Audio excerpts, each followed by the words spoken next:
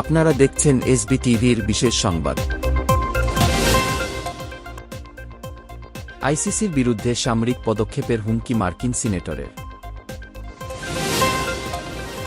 এবার ২১ দিনের মধ্যে জবাব দিতে আদানিকে সমন যুক্তরাষ্ট্রের। গাজায় মসজিদ গুড়িয়ে দিল ইসরায়েল, একদিনে নিহত ৩৮।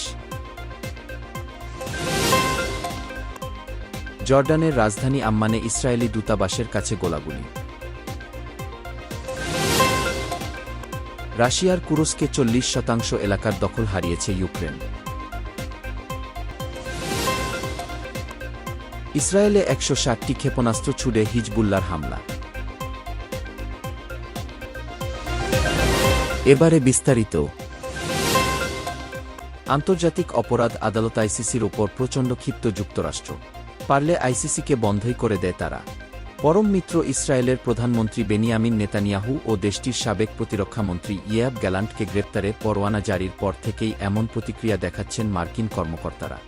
মিডল ইস্ট মনিটরের খবরে বলা হয়েছে, আন্তর্জাতিক অপরাধ আদালত আইসিসির বিরুদ্ধে সামরিক পদক্ষেপ নেওয়ার প্রস্তাব দিয়েছেন মার্কিন সিনেটর টম কটন।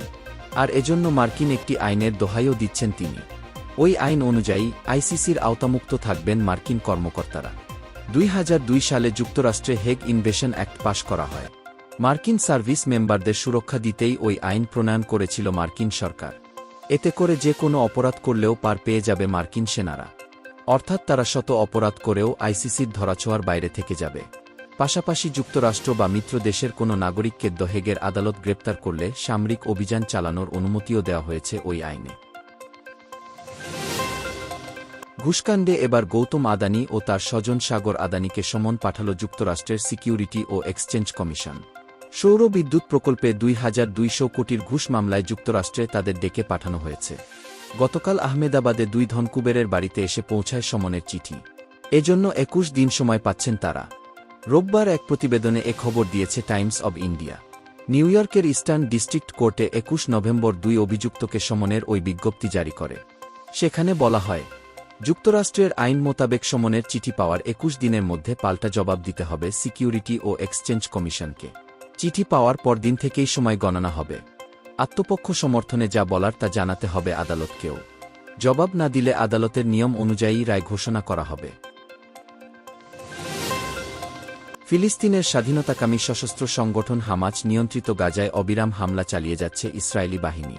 কাতার ভিত্তিক সংবাদ মাধ্যম আল জাজিরার লাইভ প্রতিবেদনে বলা হয়েছে, গতকাল গাজা জুড়ে হামলায় অন্তত ৩৮ জন নিহত হয়েছে। আল জাজিরা বলছে, গাজার বিভিন্ন জায়গা ছাড়াও গতকাল কামাল আদওয়ান হাসপাতালে হামলা চালিয়েছে ইসরায়েলি বাহিনী। সেই সঙ্গে নুসেইরাতে ইসরায়েলি বাহিনীর হামলায় আল ফারুক মসজিদ পুরোপুরি ধ্বংস হয়ে গেছে। মসজিদটির মুয়াজ্জিন আদনান ইমাদ আলদিন বলেছেন, দুপুরের নামাজের পরেই মসজিদটিতে হামলা হয়েছে। তবে হামলার সময় মসজিদে কেউ ছিলেন না বলে জানান তিনি। আলদিন আরও বলেছেন, তারা কেউ চায় না আমরা নামাজ পড়ি, কিন্তু আমরা নামাজ পড়বই এবং এই মসজিদ আগের থেকে আরও ভালোভাবে বানাব। এছাড়া গতকাল লেবাননের রাজধানী বৈরুতের ঘনবসতি এলাকা বাস্তায় একটি অ্যাপার্টমেন্ট ব্লকে হামলা চালিয়েছে ইসরায়েলি বাহিনী। এতে নিহত হয়েছে অন্তত ২০ জন, আহতের সংখ্যা ৬৬। আল জাজিরা বলছে, গতকাল ভোর ৪টায় কোনো ধরনের সতর্কতা ছাড়াই ৮তলা ভবনে ৪টি বোমা হামলা চালানো হয়েছে। বিস্ফোরণের শব্দ রাজধানী বৈরুত জুড়েও শোনা গেছে। জর্ডানের রাজধানী আম্মানে ইসরায়েলি দূতাবাসের কাছে গোলাগুলি হয়েছে। এতে এক বন্দুকধারী নিহত হয়েছে। সেই সঙ্গে ৩ পুলিশ সদস্য আহত হয়েছেন। দেশটির রাষ্ট্রীয় মিডিয়া ও বার্তা সংস্থা রয়টার্সের রোববারের প্রতিবেদনে এই তথ্য জানানো হয়েছে। নিরাপত্তা বাহিনীর বরাত দিয়ে দেশটির রাষ্ট্রীয় সংবাদ সংস্থা পেত্রা জানিয়েছে, আম্মানের রাবিয়াহ এলাকায় ইসরায়েলি দূতাবাসের কাছে টহল পুলিশ দলের উপর গুলি ছুড়ে এক বন্দুকধারী। এই ঘটনায় তদন্ত শুরু হয়েছে। প্রত্যক্ষদর্শীরা জানিয়েছেন, গুলির শব্দ শোনার পর জর্ডানের পুলিশ এলাকাটি ঘিরে রেখেছে। ২ জন প্রত্যক্ষদর্শী বলেছেন, দূতাবাসের কাছে পুলিশ এবং অ্যাম্বুলেন্স দ্রুত ছুটে আসে। দেশটির একটি নিরাপত্তা সূত্র বলেছে, পুলিশ বাসিন্দাদের ঘরে অবস্থান করতে বলেছেন। অপরাধীদের ধরতে পুলিশ অভিযান শুরু করেছে। ইউক্রেন রাশিয়ার কুরস্ক অঞ্চলের ৪০% বেশি অঞ্চল হারিয়েছে। গত আগস্টে ট্যাঙ্ক এবং অন্যান্য সাজোয়াজানে সজ্জিত ইউক্রেনীয় বাহিনী সীমান্ত পেরিয়ে রাশিয়ার কুরস্কে একটি সাহসী অনুপ্রবেশ শুরু করে। কিছু অঞ্চল দখলও করে নেয়। তবে বেদখল হওয়া ভূখণ্ড পুনরুদ্ধার করতে এরপর সেখানে সেনাবহর বৃদ্ধি করে মস্কো। ইউক্রেনের সিনিয়র সামরিক সূত্র জানিয়েছে, রাশিয়ান বাহিনী পাল্টা আক্রমণের মাত্রা বাড়িয়েছে। ইউক্রেন জেনারেল স্টাফের এক ঊর্ধ্বতন কর্মকর্তার দাবি, আগস্ট মাসে কুরস্কে আকস্মিক অভিযান চালিয়ে প্রাথমিকভাবে ১,৩৭৬ বর্গকিলোমিটার এলাকা নিয়ন্ত্রণে নিয়েছিল ইউক্রেন। তবে এখন এই পরিমাণ কমে ৮০০ বর্গকিলোমিটার হয়েছে। সাম্প্রতিক সময়ে মস্কো বাহিনীগত রণকৌশল বদলে ভয়াবহ হামলা চালাতে শুরু করেছে কুরস্কে এবং একের পর এক গ্রাম পুনরুদ্ধার করে নিচ্ছে। এদিকে রাশিয়ার প্রেসিডেন্ট ভ্লাদিমির পুতিন বলেছেন, তার দেশ ক্ষেপণাস্ত্র যুদ্ধক্ষেত্রে ব্যবহারের জন্যও প্রস্তুত রয়েছে।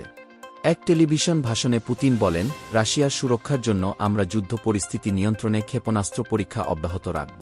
রাশিয়া প্রথমবারের মতো ইউক্রেনে নতুন মাঝারি পাল্লার ক্ষেপণাস্ত্র ছোড়ার একদিন পরই এই ঘোষণা দিলেন রুশ প্রেসিডেন্ট। ইসরায়েলের সেনাবাহিনী রবিবার জানিয়েছে, লেবানন থেকে হিজবুল্লাহ প্রায় ১৬০টি ক্ষেপণাস্ত্র তাদের অঞ্চলে নিক্ষেপ করেছে। একই সঙ্গে সশস্ত্র গোষ্ঠীটি দাবি করেছে, তারা ইসরায়েলের তেল আবিব ও দক্ষিণাঞ্চল লক্ষ্য করে হামলা চালিয়েছে। এফপির প্রতিবেদন থেকে এসব তথ্য জানা গেছে। ইরান সমর্থিত এই গোষ্ঠী একটি বিবৃতিতে জানিয়েছে, তারা প্রথমবারের মতো আকাশপথে ড্রোনের মাধ্যমে আশদোদ নৌঘাঁটিতে হামলা চালিয়েছে।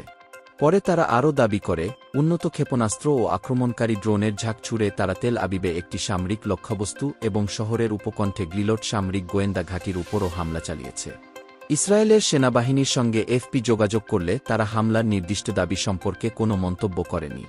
তবে তারা জানিয়েছে, মধ্য ও উত্তর ইসরায়েলের বিভিন্ন স্থানে বিমান হামলার সাইরেন বেজেছে, তেল আবিবের উপকণ্ঠ এতে অন্তর্ভুক্ত। এছাড়া কিছু ক্ষেপণাস্ত্র ভূপাতিত করা হয়েছে উল্লেখ করে তারা আরও জানায়, হিজবুল্লাহ লেবানন থেকে ইসরায়েলে প্রায় ১৬০টি ক্ষেপণাস্ত্র নিক্ষেপ করেছে।